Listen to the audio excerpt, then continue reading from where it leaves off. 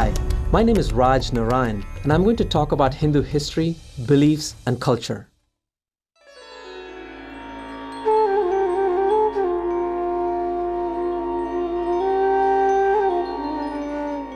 Hinduism is the oldest living religion in the world and the third largest. More than 1 billion Hindus live in 150 different countries, mostly in India. The United States alone is home to over 2 million Hindus.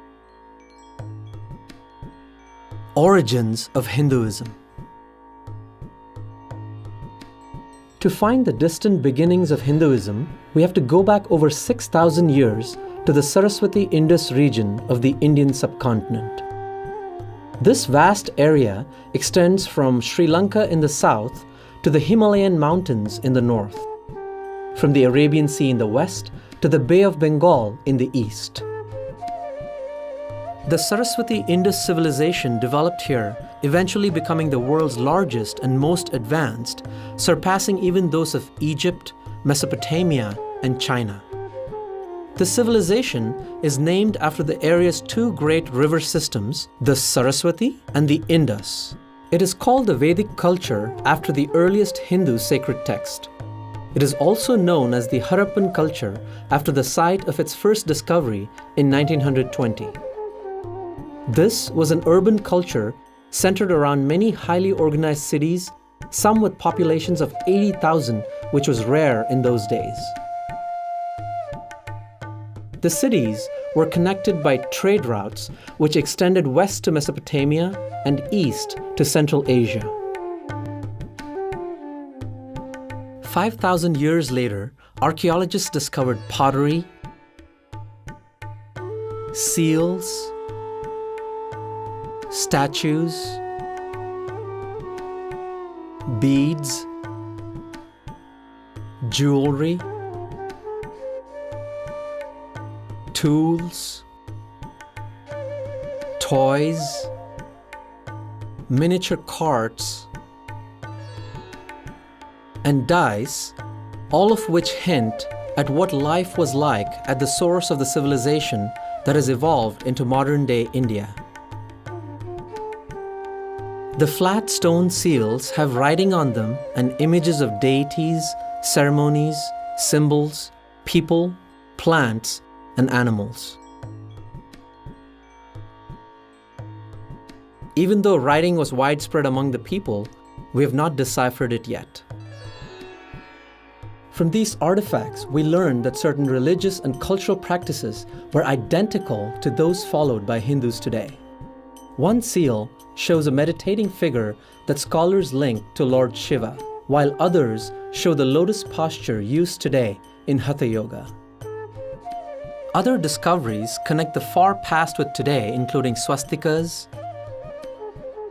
statues of the Mother Goddess, worship of the Shiva Lingam, fire altars that show the ceremonial practice of Vedic people who are also known as Aryans, sacred baths, priests, sacred animals, and symbolism in the performing arts. You must be familiar with the traditional greeting, Namaste. Here is a small clay statue portraying the same.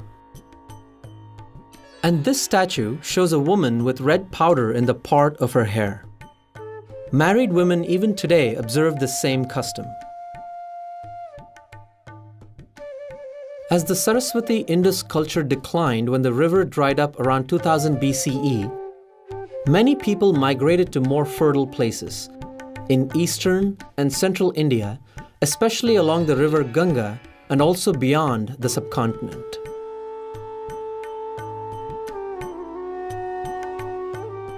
Hindu scriptures. The four Vedas, the central holy books of Hinduism, were composed in Sanskrit starting at least 6,000 years ago. The Rig Veda, the earliest of the four, speaks repeatedly of the Saraswati, describing it as the most mighty of rivers, flowing from the Himalayan mountains to the sea. Thus, we know that a large part of this sacred text was composed well before 2000 BCE, by which time the river had dried up. Vedic hymns praise God, gods, and goddesses and describe a powerful and spiritual people, their clans, kings and emperors, fights and battles. Their sophisticated economy included agriculture, industry, trade, commerce, and cattle raising. Vedas call the country Sapta Sindhu, meaning the land of 7 rivers. The words Hindu and India both come from the Sanskrit word Sindhu, which means river. These Vedic hymns describe a form of fire worship, yajna, performed around a specially built altar. Archaeologists have unearthed such altars in several Saraswati Indus cities. Hindus still perform fire worship in this form. Originally, these thousands of hymns were not written down but memorized. Even today, there are priests who can chant from memory as many as 10,500 verses, which takes 50 hours.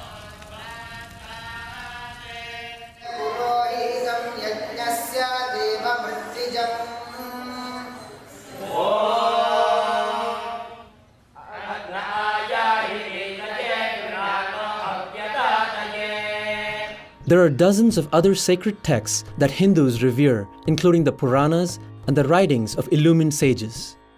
The epics Ramayana and the Mahabharata are traditional histories of India and storehouses of Hindu heritage. The Ramayana is a story of Lord Rama, 7th incarnation or avatar of Lord Vishnu and his divine wife, Sita. The Mahabharata is the world's longest epic. It is about a massive war in ancient India between cousins fighting for the throne of a great kingdom. A central episode called the Bhagavad Gita is a dialogue between Commander Arjuna and Lord Krishna, the 8th incarnation of Vishnu, on the day of the battle. The Mahabharata remains one of the most widespread scriptures in the world with its dominant message of justice. Hindu sacred music, dance, drama, and the arts draw heavily on these 2 literary epics.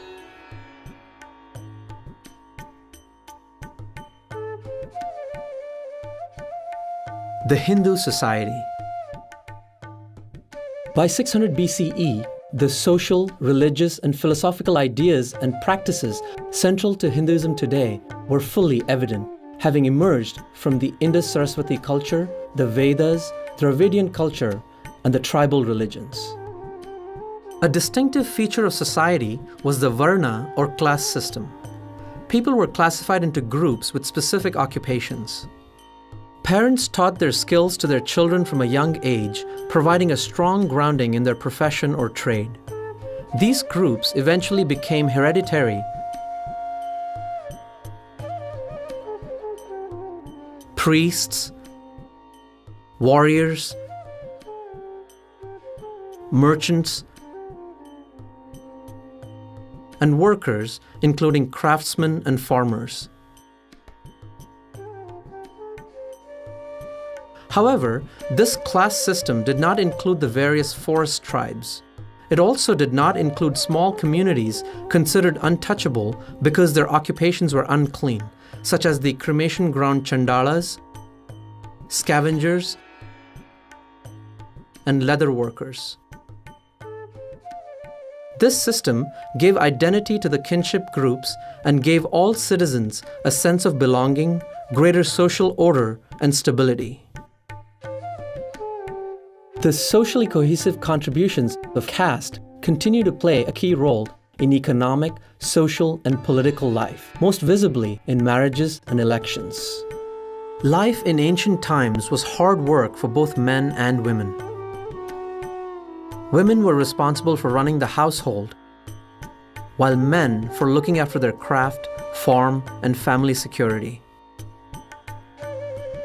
In general, women participated equally in religious ceremonies, festivities, and social relationships. Some of the foremost religious and political leaders in India's history have been women. Some even composed Vedic hymns. The period from 1000 BCE through the Gupta period, ending in the mid-6th century CE, was a time of great scientific and mathematical advancement. Hindus developed the counting system we use today, including the mathematical concepts of zero and decimals. Indian astronomers knew that the Earth orbits the Sun, and they calculated the length of a year with amazing precision. Medicine was so advanced that doctors were performing complex surgeries not equaled in Europe until the 18th century. India was the foremost supplier of steel to the world. In 400 CE, its foundries created an iron pillar which even stands today and has never rusted. Modern science cannot equal this feat. For thousands of years, India has been home to 1/4 of the human family. It has been honored as a nation of wealth and wisdom, and, of course, it is famous today as the world's largest democracy.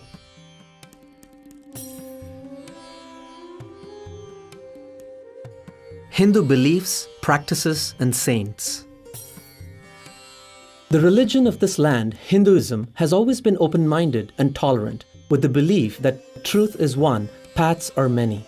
Thus, Hindus respect all other religions. Hinduism is the only major religion that worships God in both male and female form, as well as with and without any attributes. The original Sanskrit name for Hinduism is Sanatana Dharma, meaning eternal religion. Most Hindus believe in a supreme God, many gods and goddesses, spiritual worlds, the divinity of the soul, dharma, karma, reincarnation, God realization, and liberation from rebirth.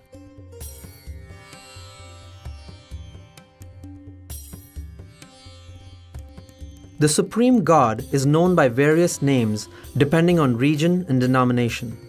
Brahman, Bhagavan, Shiva, Shakti, Vishnu, and more. He/she is all-powerful, all-knowing, all-loving, eminent, that is, present in all things, and transcendent, beyond them as well. God exists within each person as Atman, the divine soul. God realization describes the experience of the divine within oneself. This profound encounter with God is regarded as the ultimate goal of life. Hindus teach that every human being can know God personally. Hindus also worship other divinities. Each divinity has distinct powers and areas of responsibility. For example, Lord Ganesha is the remover of obstacles, Saraswati is the goddess of knowledge, and Hanuman is the god of service and devotion. Each Hindu freely chooses the deities he or she wishes to worship. Dharma is a cardinal concept in Hinduism. It includes righteousness, truth, sacred law, ethics, duty, justice, religion, and the laws of nature. Dharma means that which upholds. The dharmic principle of ahimsa or non-violence is important to this day. Mahatma Gandhi led India's independence in 1947 using non-violent means such as peaceful protests, boycotts, strikes, and speeches that aroused the nation to throw off British rule. He once said, "Non-violence is the greatest force at the disposal of mankind. It is mightier than the mightiest weapon of destruction devised by the ingenuity of man." In the 1950s, Martin Luther King Jr. understood the power of Gandhi's methods and went to India to meet his followers. He later applied those methods to fight for and win civil rights for America's black minority. In the same way, Cesar Chavez won rights for the farm workers of California. Gandhi also inspired Nelson Mandela in his fight for freedom and racial equality in South Africa. Today, everyone knows about the Hindu concept of karma, the law of cause and effect. It means that anything a person does, whether good or bad, will eventually return to him in this or a future life. A popular way of expressing this is, what goes around comes around. Reincarnation is the central Indian belief that the soul, Atman, is reborn in a new body time and time again to grow and mature through all the experiences human life has to offer. Eventually, every soul achieves salvation by realizing its oneness with God and is no longer reborn. Hindus do not believe in a Satan or an eternal hell. Worship is central to a Hindu's life. So, every Hindu home has a place of worship. It may be as simple as a shelf with pictures of deities, or an entire room dedicated to the family's daily worship. A worship ceremony called puja, performed elaborately or very simply every day in the temple or in the home shrine, invokes the divine beings for blessings and happiness. The puja ceremony includes sacred chanting, bathing the image of the deity, offering food, flowers, incense, and other sacred substances, and the waving of lights. Hindus practice yogic disciplines every day called sadhana. Sitting on the floor, often in a yoga posture, they chant, sing devotional hymns, repeat the name of God while counting on beads, or simply meditate in stillness and silence. The temple is revered as the home of God. There are millions of temples in India, many quite ancient. The most important of these mystically designed structures cover hundreds of acres and receive thousands of pilgrims each day. Every Hindu is expected to pilgrimage to temples and holy places far and wide. These pilgrimages unify the religion as tens of millions of people travel throughout the subcontinent and interact. Hinduism has a rich history of sages and saints, both men and women from all castes. Some of the great saints wrote detailed explanations of the Upanishads and related scriptures, such as Adi Shankara in the 8th century CE, Ramanuja in the 11th, and Vallabhacharya in the 15th. Others, including Sambandar, Mirabai, and Tukaram, expressed their experience of God through devotional songs. Recent saints include Sri Ramakrishna, Swami Vivekananda, Anandamayi Ma, Swami Narayan, and Shirdi Sai Baba. Millions of Swamis and other saintly souls make up the spiritual leadership within Hinduism.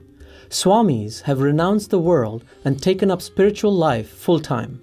Special among these are the gurus, enlightened men and women who serve as religious teachers. Some gurus have millions of followers, others are humble hermits. Hinduism has no central organization and no single dogma. No one person or institution is in charge. Instead, there are thousands of independent guru lineages, spiritual traditions, monastic orders, and religious institutions.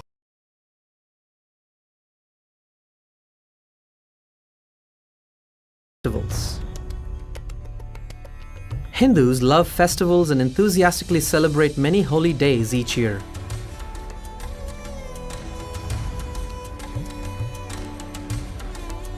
The biggest is called Diwali or Deepavali, the festival of lights. This 5-day event, held around the new moon in October or November, celebrates the victory of good over evil, light over darkness. Thousands of small lamps, including traditional clay oil lamps, are placed everywhere, and fireworks signal hope for mankind.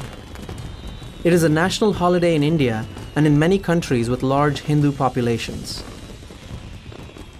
Barack Obama was the first U.S. president to celebrate Diwali in the White House. Dia, and wish you all a happy Diwali and a Sal Mubarak.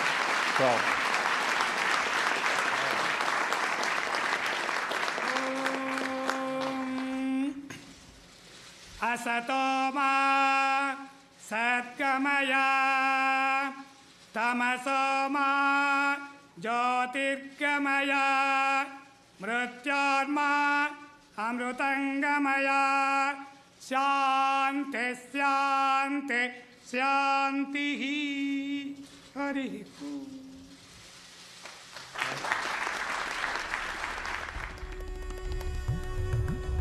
One special festival, the Kumbh Mela, takes place every 3 years at 4 sacred river sites.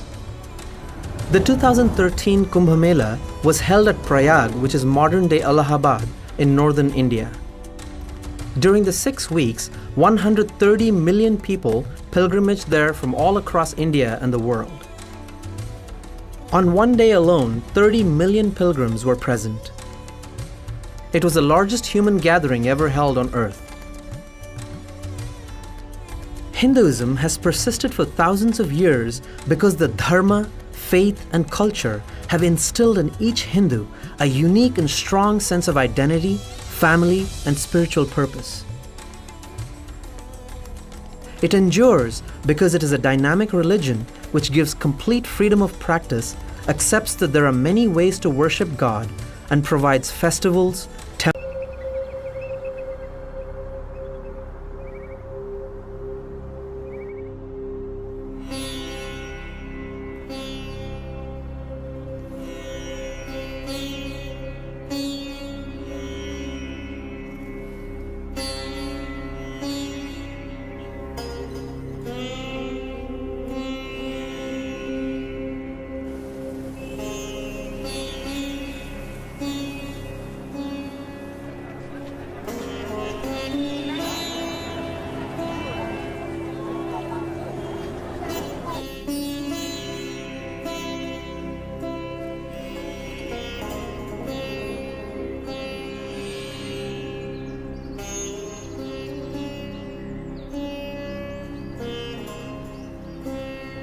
Namaste and welcome to India.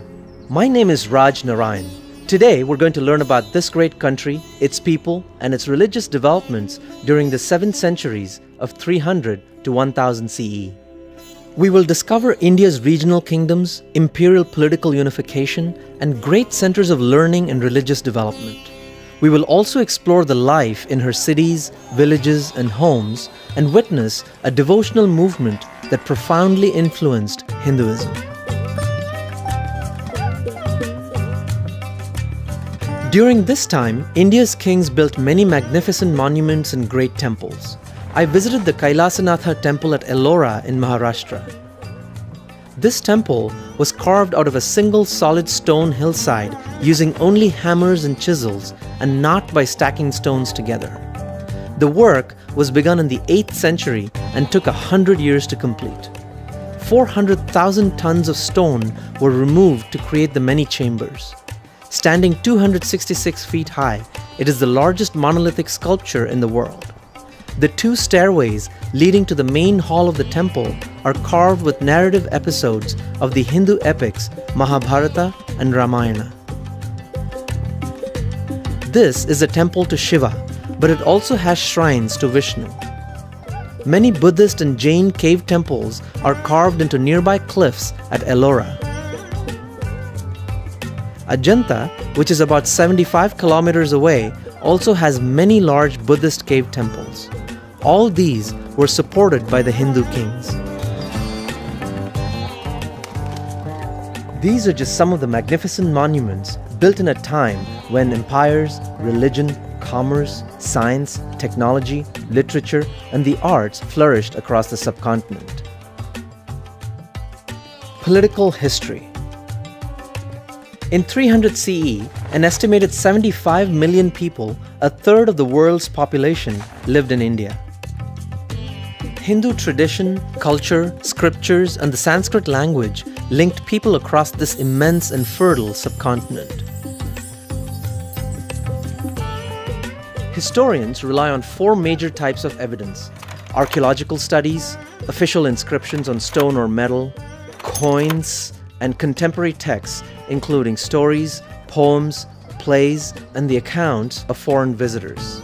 The greatest empire of the time was founded in the 4th century CE by Chandragupta I. His son, Samudragupta, extended the empire across India and rivaled the Mauryas in dominance over the region after a gap of 700 years. His grandson, Chandragupta II, famously known as Vikramaditya, is considered the most brilliant king in India's entire history. Through his conquests and well-organized government, he forged political unity and peace across his vast empire.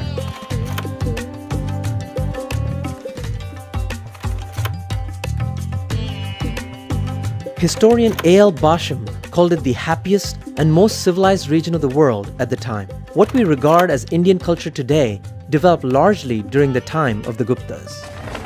Ruling from their capital city of Pataliputra, the Gupta kings granted local and regional autonomy to the states under their control. Those far from the capital, such as in southern India, paid tribute but were nearly independent.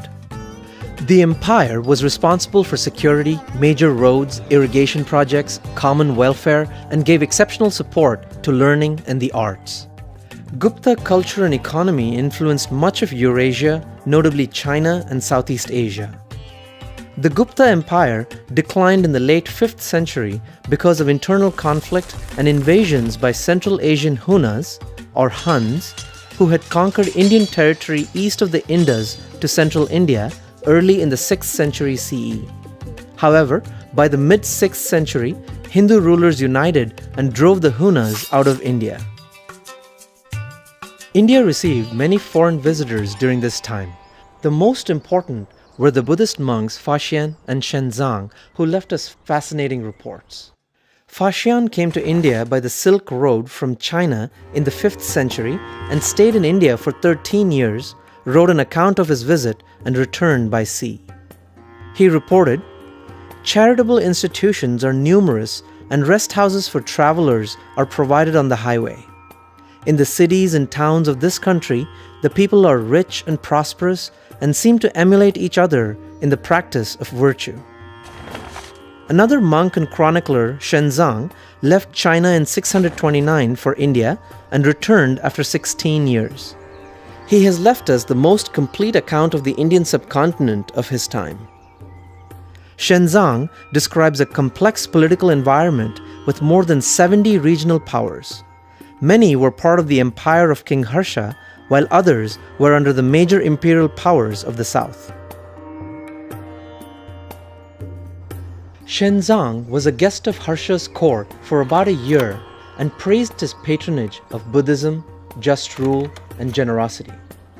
In the 8th century, the Rashtrakuta dynasty took control of the entire Deccan region, parts of west-central India, and much of the south.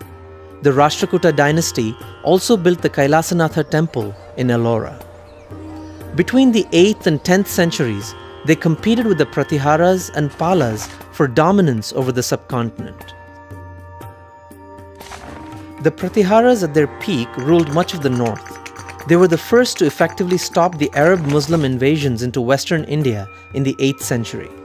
They exacted tribute from the Arab rulers of Sindh and Multan and blocked any further advancement for over 200 years. The Palas, a Buddhist dynasty centered in eastern India, reached their zenith in the early 9th century until the Pratiharas largely displaced them from the Ganga plains. There were several large Hindu kingdoms in the Deccan and southern India in this period. They included the Chalukyas, Pallavas, Pandyas, and Cholas. Rajendra Chola I unified the entire south. The Cholas boasted a large army and navy, and their maritime expeditions are unique in Indian history. To protect vital trade routes, they subdued kingdoms as far away as Malaysia and Indonesia. The Cholas also dominated southern India's trade between the Middle East, Europe, Southeast Asia, Africa, and China. Indian traders facilitated the spread of Hinduism and Buddhism throughout the kingdoms of Southeast Asia. For example, this is the great Chola temple at Tanjavur in South India, and this is the grand Prambanan temple in central Java, built in the 8th century by the Hindu king Pikatan in Indian style. And this is Angkor Wat in Cambodia, largest religious building in the world. India's rulers also welcomed Christians, Jews, Muslims, and Parsis into their kingdoms and encouraged them to settle and practice their faiths. This policy maintained religious harmony in society and, not surprisingly, aided international trade. For over 1,000 years, India was the richest region on earth. It produced 30% of the world's total food, goods, and services, while China produced 25% and Europe, even by 1000 CE, produced just 11%. City and village life. Cities and towns grew up as centers of commerce along important trade routes at sea and inland river ports and around major temples and pilgrimage centers. Cities were largely self-governing. A ruling council consisted of a chief records clerk and representatives from large businesses, smaller merchants, and guilds of artisans. An ancient Tamil epic poem called The Ankle Bracelet describes life in a city of that time. Shops selling similar products were located near each other, as they still are in many cities of India today. The poet wrote, "In the streets, hawkers were selling ointments, bath powders, flowers, perfume, and incense. Weavers brought their fine silks and all kinds of fabrics made of wool or cotton. There were special streets for merchants of sandalwood, jewelry, faultless pearls, pure gold, and precious gems."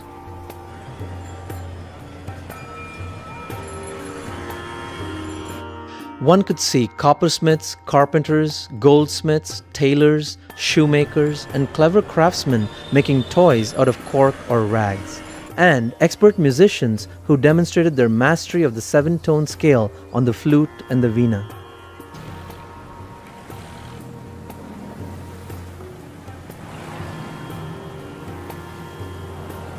Only 10% of the population lived in cities like this. The rest lived in villages surrounded by agricultural land, as 2/3 still do in India today.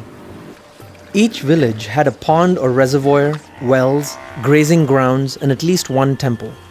India's year-round warm climate and monsoon rains allowed farmers to grow 2 crops a year or more. The villages were self-sufficient. People bartered and sold their goods in local markets and in nearby towns. Because the village jatis or castes were hereditary, the families became expert in their work, be they farmers, craftsmen, or merchants. Each family interacted with the other jatis.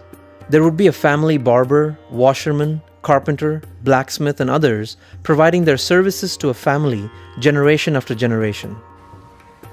Each village was self-governed by an assembly of 5 elder men called the panchayat.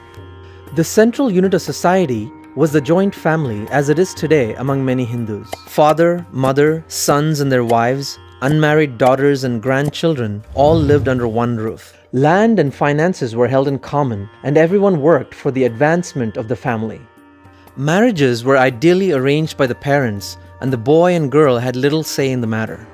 But howsoever the union occurred, such as elopement, the marriage itself was recognized. In an arranged marriage, the boy and girl usually came from different villages. Visits to relatives created a strong communications network through which news, ideas, trade, and technological innovations flowed freely. A classical age of culture and religion. During this time, India gave rise to a vast wealth of literature, including plays, poems, songs, and epics in many languages. The world's first universities were flourishing in India during this time, including Takshashila, Nalanda, Vikramashila, and Vallabhi. Students studied the Vedas and 18 arts and sciences, which included medicine, surgery, astronomy, mathematics, agriculture, accounting, law, and military strategy. Shenzang stayed at Nalanda University for 5 years around 640 CE. He described it as a free residential center of advanced studies, notably Buddhist, with 1,000 teachers and 10,000 students. Nalanda was supported by royal endowments from both Hindu and Buddhist kings, as well as regular income from nearly 100 villages. Many Hindu saints of this time preached the importance of devotion to God in what is called the Bhakti movement. Bhakti means devotion or worship. The saints stressed one's personal relationship with the divine as a love-centered path of spiritual advancement.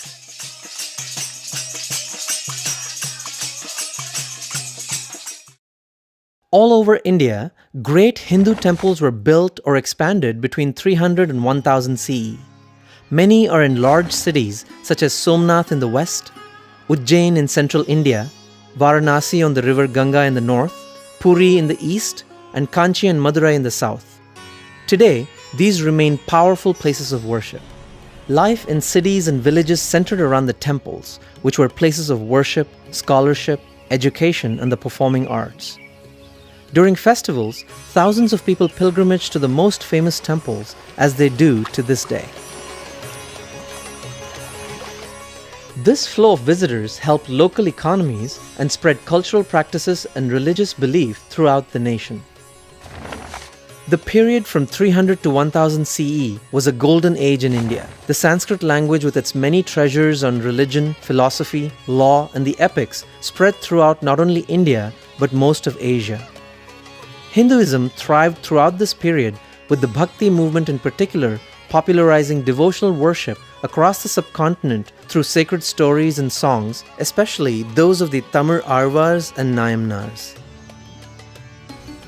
India's prosperity, stability, and religious harmony gave rise to philosophical, technological, scientific, literary, and artistic achievements that set high standards for succeeding generations. Unfortunately, there were those on her northwestern frontier who coveted India's wealth and lands and were driven by a desire to expand their faith and obtain glory. In Part 3, we will tell the sad tale of how India suffered first from periodic raids of royal cities and rich temples for plunder, followed by the sustained conquest of large regions in pursuit of political power and religious dominance. Namaste. We will talk about the foreign invasions and rule of India between 1000 and 1847 CE, from the Arab Muslims to the British rulers.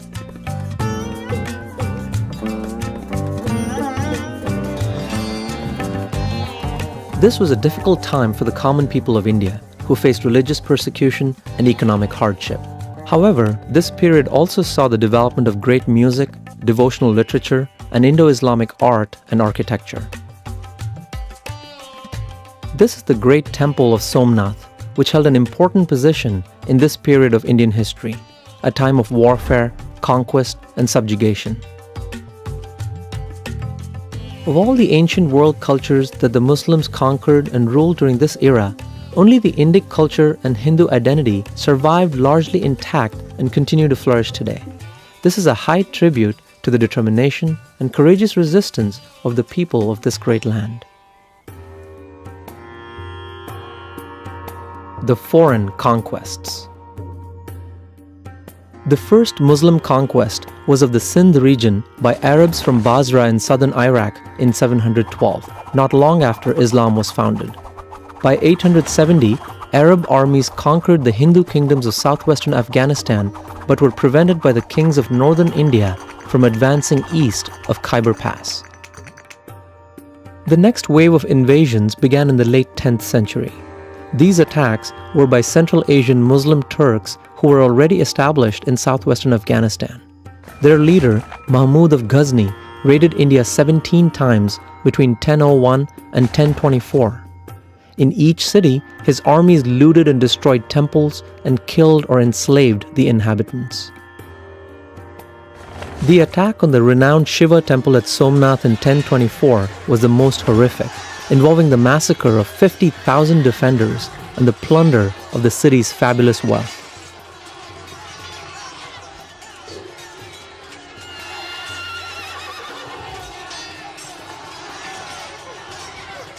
As a result of these invasions and warfare, 20 million Indians perished between 1000 and 1100 CE, according to modern historians. This was about 10% of the population.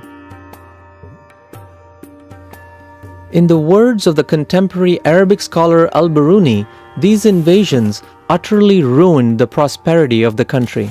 Between 1192 and 1194, Muhammad of Ghur, also Turkic, finally defeated the Hindu rulers of the Delhi-Ajmer region and the Ganga River Valley. In 1206, his regime established formal Muslim rule called the Sultanate in the key city of Delhi. By 1300, the Sultanate had secured stable control around its main strongholds in the north. Early in the next century, its invasions reached as far south as Tanjavur and Madurai. But these more remote regions were never annexed.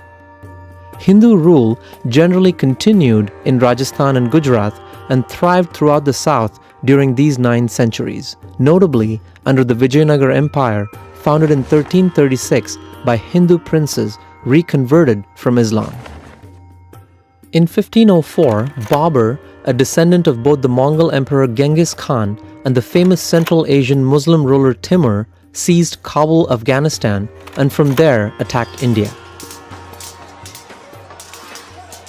He overpowered both the Muslim Sultan of Delhi and the Hindu Rajput Confederacy to form the Mughal Empire.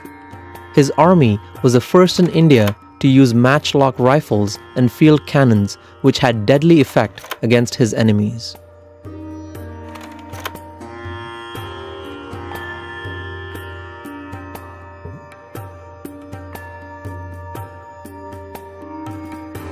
Babur's grandson Akbar, who became emperor in 1556, expanded the Mughal Empire over northern India and part of the Deccan by conquest and by entering into alliances with Hindu kings.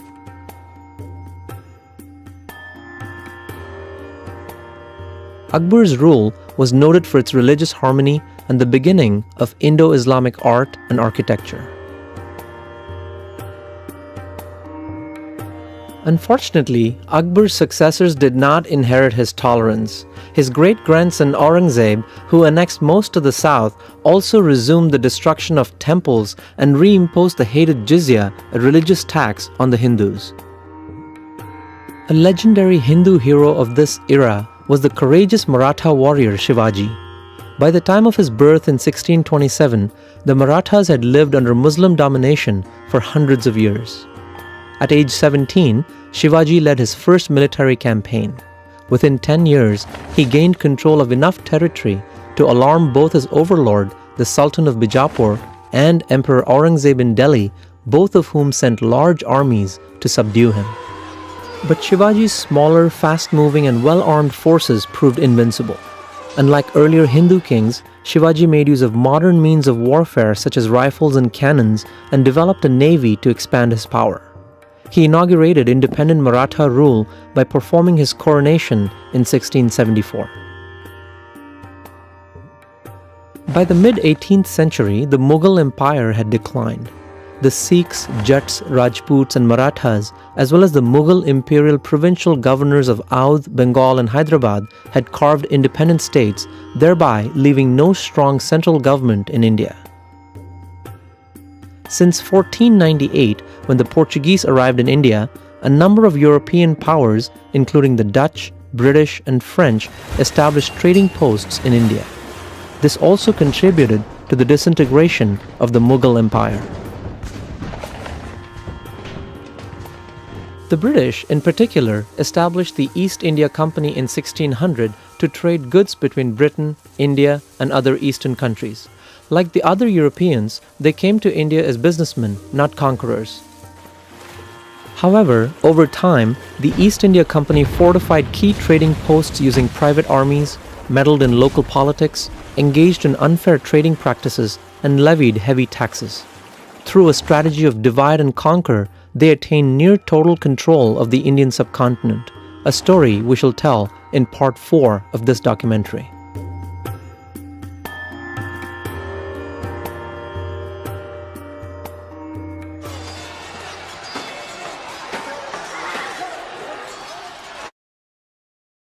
Hindu religion during Muslim times.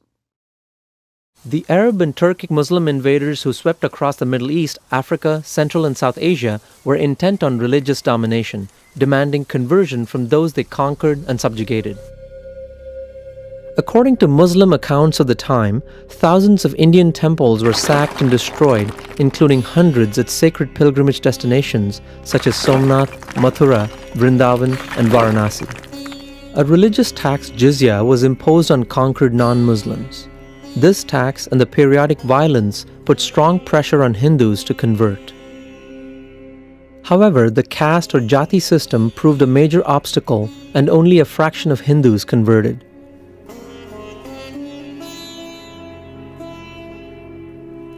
Jati formed an integral part of one's identity and place in the Hindu community, one which would be lost upon conversion. Some Hindus of low socioeconomic status were tempted to convert in order to improve their position. However, in practice, this adoption of the foreign religion did not bring the promised advancement.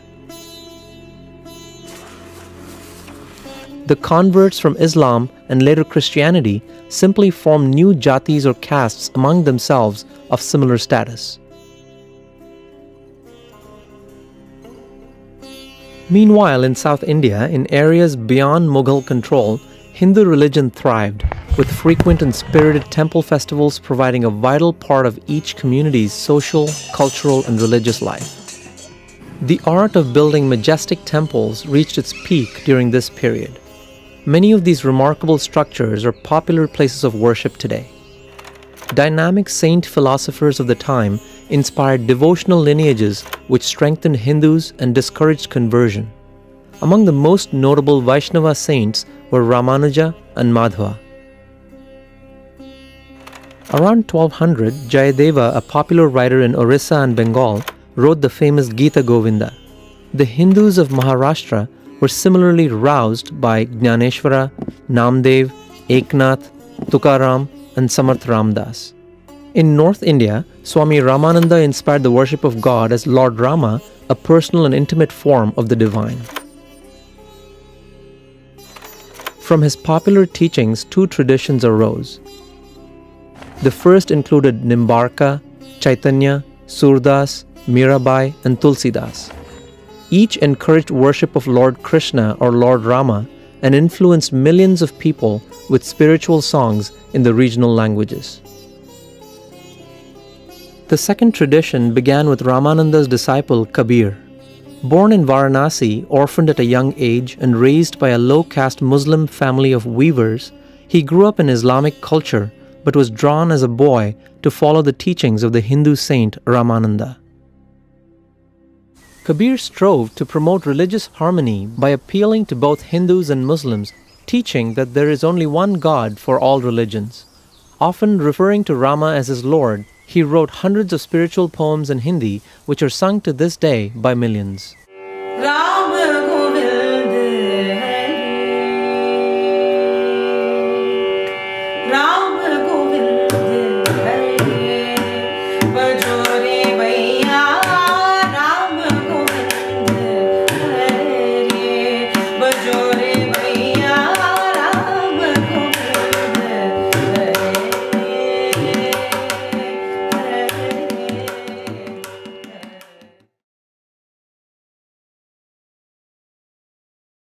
Sikhism. Another remarkable religion, Sikhism, emerged in India at the start of the 16th century and became a powerful force. Its founder, Guru Nanak, taught, "Realization of truth is higher than all else. Higher still is truthful living." He emphasized the continuous recitation of God's name and declared that meditation is the means to see God, who is omnipresent. Dissent from prevailing beliefs has always been common within Hinduism, sometimes resulting in new sects and from time to time even the development of distinct religions. 9 Sikh gurus followed Nanak. The 8th, Tej Bahadur, was executed by Aurangzeb for defending religious freedom. His son and successor Gobind Singh transformed the Sikhs into a warrior community called the Khalsa, which means the pure. Gobind Singh decreed that he was the last Sikh guru, and after his death, the Guru Granth Sahib, their holy scripture, would be the guide. He instituted the 5 articles of Sikh identity to be worn at all times: Kesh, uncut hair; Kangha, comb; Kirpan, dagger; Kara, iron bracelet; and Kachera or Kacha, short pants. These have both a religious and a military significance. From that time forward, the Sikhs have been an influential political and military force in North India.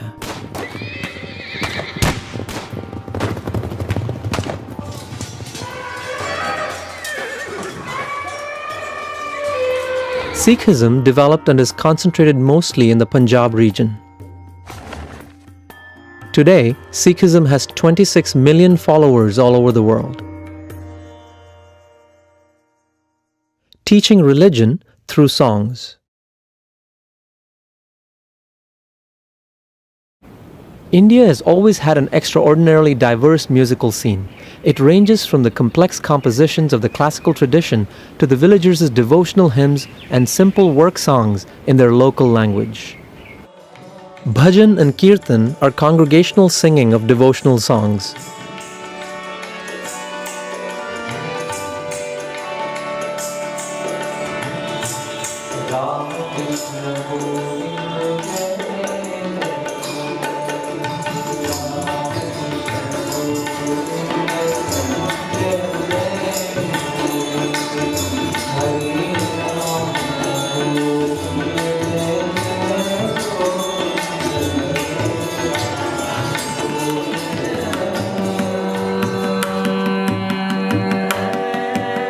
India's classical Carnatic music is also spiritual and devotional in nature, but much more complex.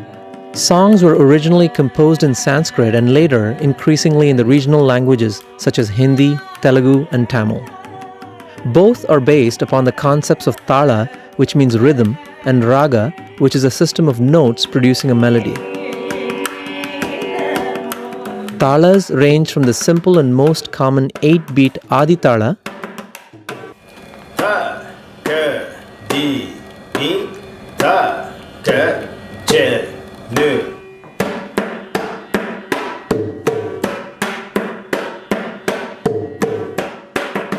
to elaborate rhythms such as the Atta Tala, composed of 14 beats divided as 5, 5, 2, and 2. Ta, ka, ta, ki, da, ta, ka, ta, ki, da, ta, ka, di, ni.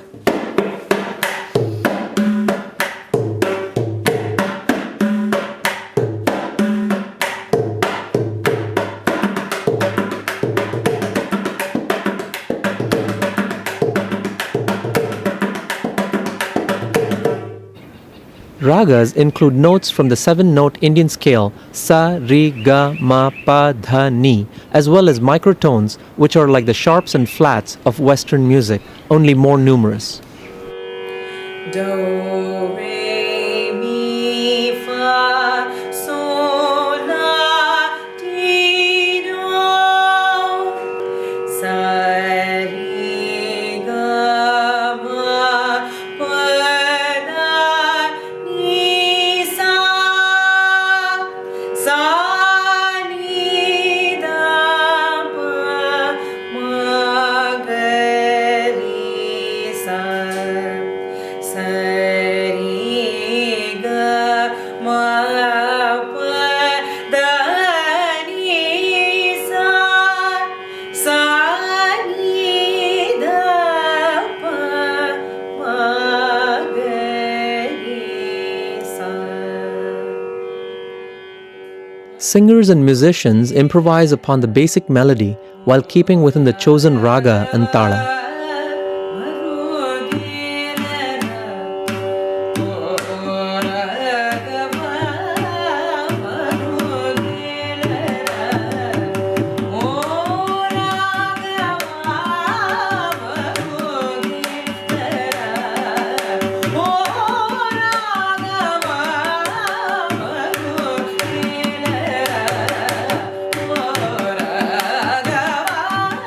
The results are spontaneous, creative, and never the same, much like the improvisations in Western jazz. This is one key way that Indian classical music differs from Western classical music, which is usually played exactly as it was composed.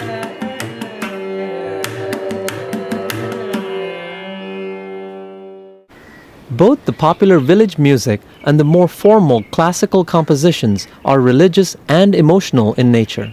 Song and storytelling were the main ways most people in those days learned and expressed their religion. It helped them endure difficult times. Beginning in 1000, Muslim armies conquered vast regions of India, causing great suffering and destruction. They sacked temples, monasteries, and major educational centers, including, in 1193, the great university at Nalanda. South India was far from the Muslim capitals of Delhi and Agra and difficult to attack. It escaped the frequent warfare and the foreign dominance that beset North India, suffering only periodic raids, temporary subjugation, and payment of monetary tributes. Wherever Hindus were conquered, they continued to resist, mainly on a social and religious level.